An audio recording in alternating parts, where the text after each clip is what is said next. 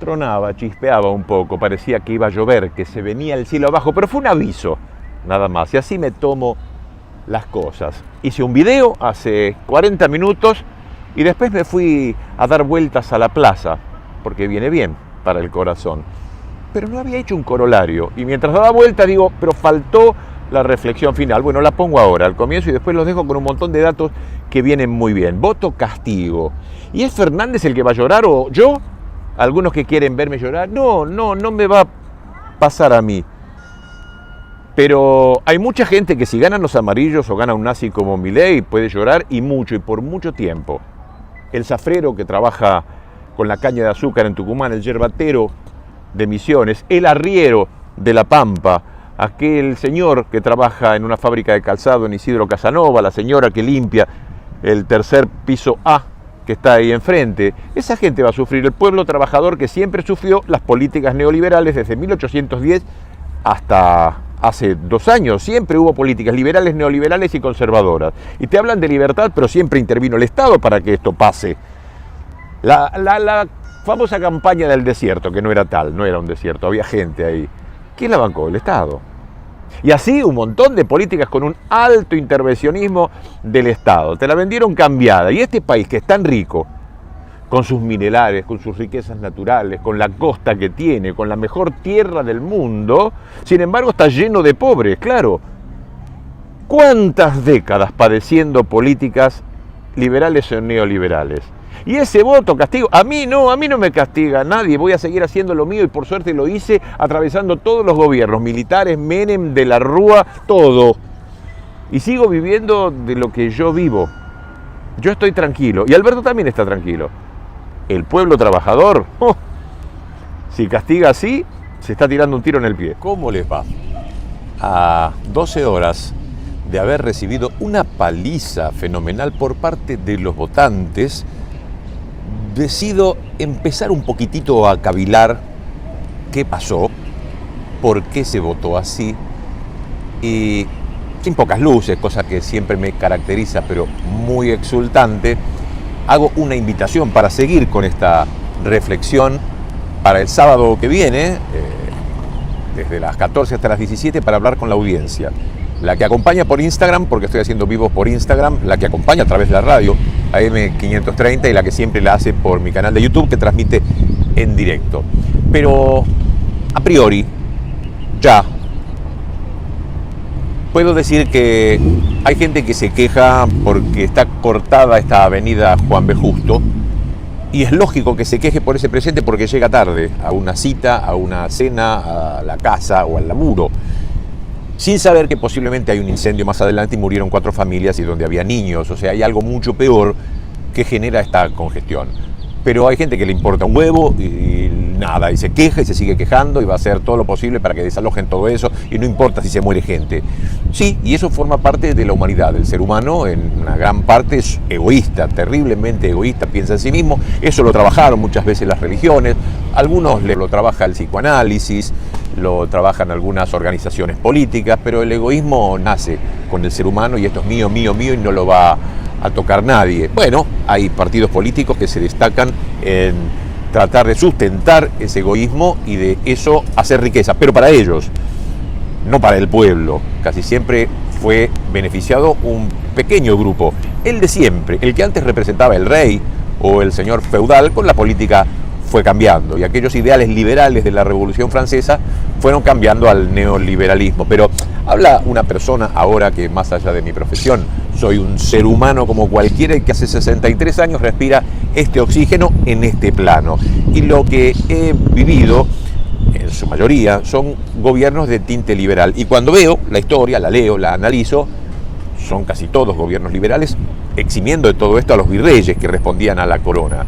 Pero los argentinos han visto pasar a Uriburu, a Lanusse, a Onganía, a Aramburu, a Livingston, a Videla, a Justo, Ortiz, Isabel Perón, Galtieri, Viola, Viñone, De la Rúa, Urquiza, Mitre, Roca, Sarmiento, Menem, Castillo, Avellaneda, Uriburu, Los Sáenz Peña, Luis Roque, Marcelo T. de Alvear, Figueroa Alcorta, Frondizi, Macri.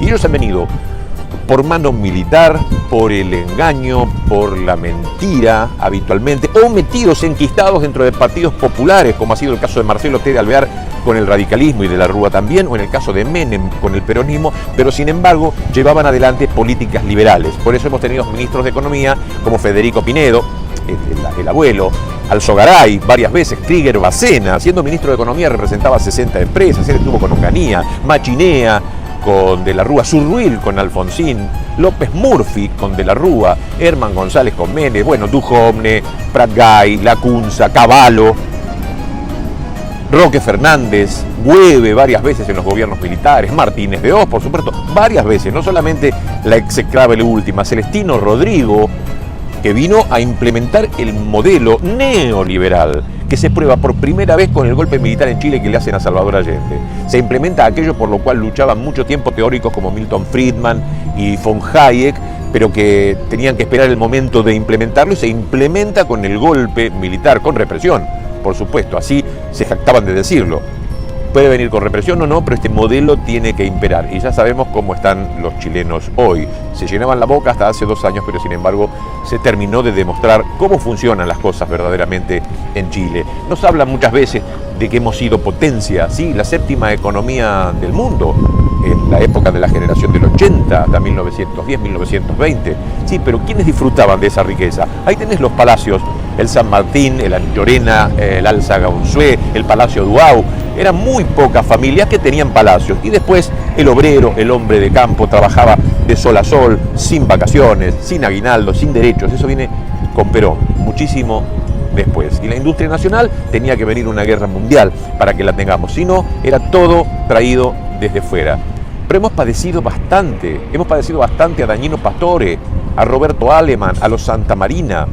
Es muy poquitito lo que hemos disfrutado de gobiernos que han tenido ministros de Economía como Bernardo Grinspoon, primera etapa de Alfonsín, José Bergelbar, primera etapa de ese Perón malo que volvió a la Argentina en 1973. Digo porque fue un Perón de derechas y casi cofundador de la AAA, no es el Perón que más me gusta.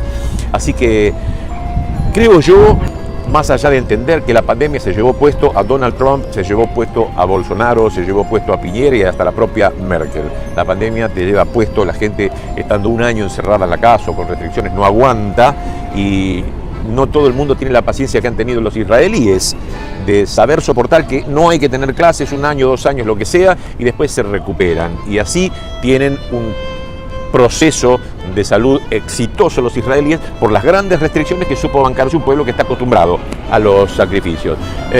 Pero de todas maneras todo el mundo se quejó, y Boris Johnson también tuvo que tener manifestaciones de todo tipo. Esto existe en la condición humana. A mí nadie me tiene que decir lo que tengo que hacer, más allá de que haya estados que quieran haberte cuidado, como lo fue en la 2ª etapa el gobierno británico, en la 3ª etapa el gobierno norteamericano, y en la 1ª etapa, como hemos visto, nuestro gobierno, el gobierno israelí, el gobierno alemán.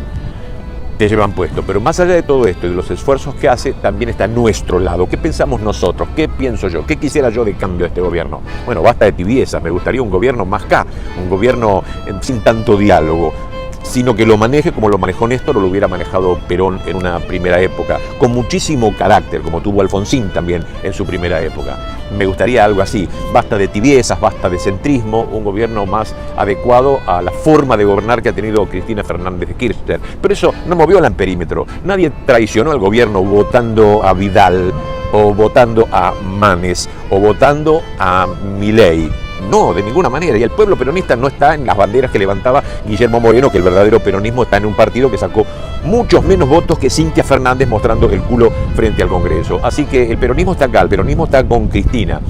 Pero esto de andar acordando tanto y teniendo tanta paciencia, la verdad que yo sería un poquito menos flexible con todo esto. El dialoguismo de Fernández llegó hasta acá, y la verdad que la foto de Olivos terminó de cagar un voto que lo podíamos tener de confianza de aquel que no es votante del peronismo. Hay un porcentaje de gente que no es el 40%, hasta inclusive golpistas, de gorilas que tenemos en nuestro país.